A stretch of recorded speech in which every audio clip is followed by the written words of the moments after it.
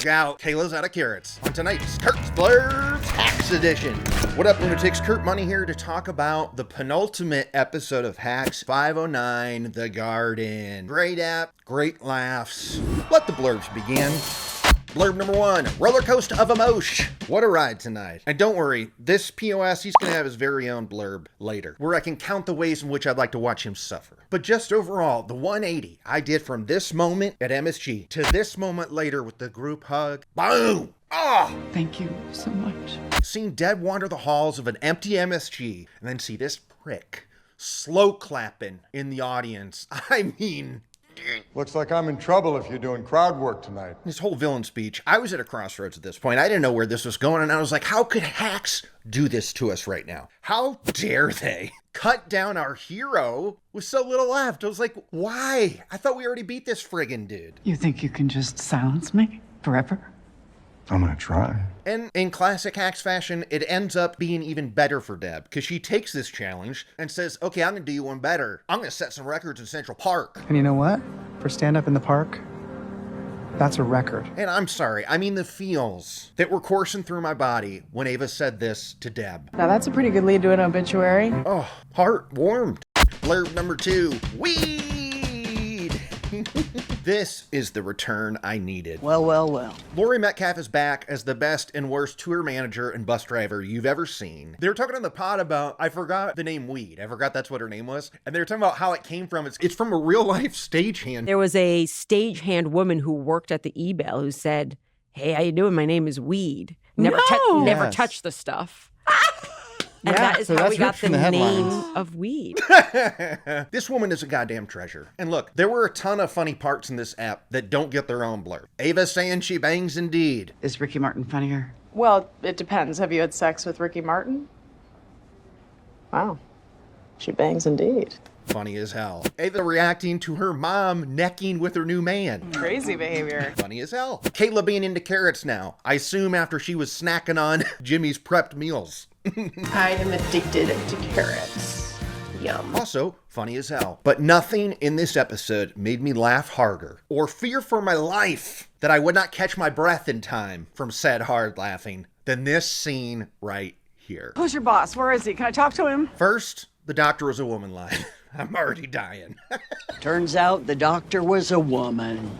Oh my God. Weed? And then the line of the night and delivery of the night. Oh, this nightmare scenario where she like wakes up in Juarez laying down BT dubs. Because remember, she loves to sleep sitting up. All right. So it's rock bottom for her to be laying down. I woke up flat on my back in a bed, not a chair.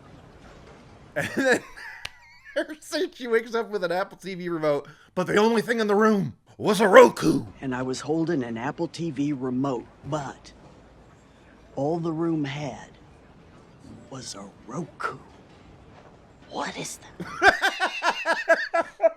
Oh, Mrs. Columbo's not having it. She says, chill out, dude. I'm sorry, okay? See if I get a pic of you judging me over there for laughing too loud. Look at her. My God, the Roku delivery was a Roku. What is that? Blurb number 3, Ava sells her Jerry. Before the big show, Ava gets some good news in that they picked up her show. Now, the exec did a classic AD joke where it's like you lead with what you think is the news, but it ends up being something else. She's like, oh, sorry, we didn't buy your script because we're ordering a pilot. We are not going to be ordering a script. Oh man.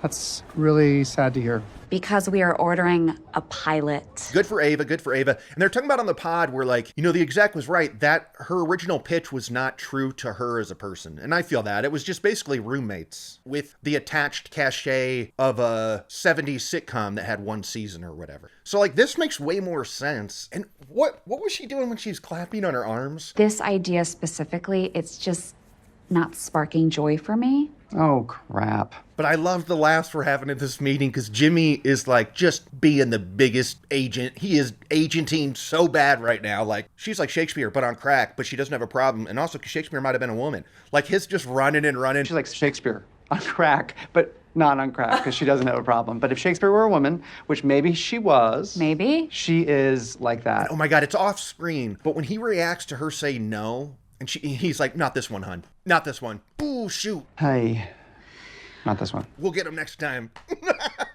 I love this meta angle of her selling the premise of the show she's in IRL right now as another show within the world of that show. I eat this stuff up, and that's why, of course, I compare it to the season 4 plotline from Seinfeld when Jerry and George sell their pilot. This should be the show. This is the show. What? This. Just talking. And, you know, even though I'm aware that Seinfeld refs are probably only second to BLURBS refs when it comes to sheer volume of mentions in the Kurt Cave, I feel like it really fits this time. I mean, Ava even had her "this is the show" moment. Okay? It wasn't her and Deb saying it back and forth, but you could see her watching Deb be crazy about the Red Bull and stuff, cooking up this show idea. So look, that fits. Blurb number 4. Welcome to the party, Marty. Marty. You crafty old dog, you. At the beginning of the season, when he had his rough day where he was denied twice, No. I was like making fun of him, like, this ain't your show, dude. Keep walking. You wish you could hop on the coattails of this shooting star here, okay? But now here he is. He's part of the team. He's gonna run the diva. I love this. And I loved how happy Marty was and how willing he was. Like, yes, boss. Yes, boss. Oh my God, when he was like saying the ageism stuff to Deb. I think this might be ageism. Yeah, well, welcome to the club.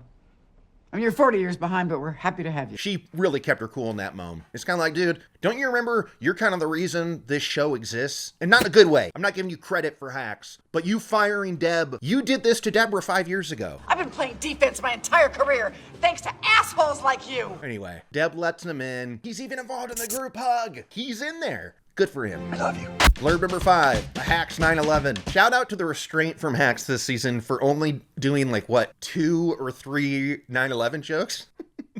Hologram's gonna be wearing a t-shirt that says MSG 9/11. And I loved it too because this one, just like with the shirt thing, was sad and brushed off and not addressed. Like they're at the radio show in the beginning of the app, and she's like, We're just working nonstop to make sure this is the best 9/11 that New York has ever had. and it just, the people on the show are like, huh?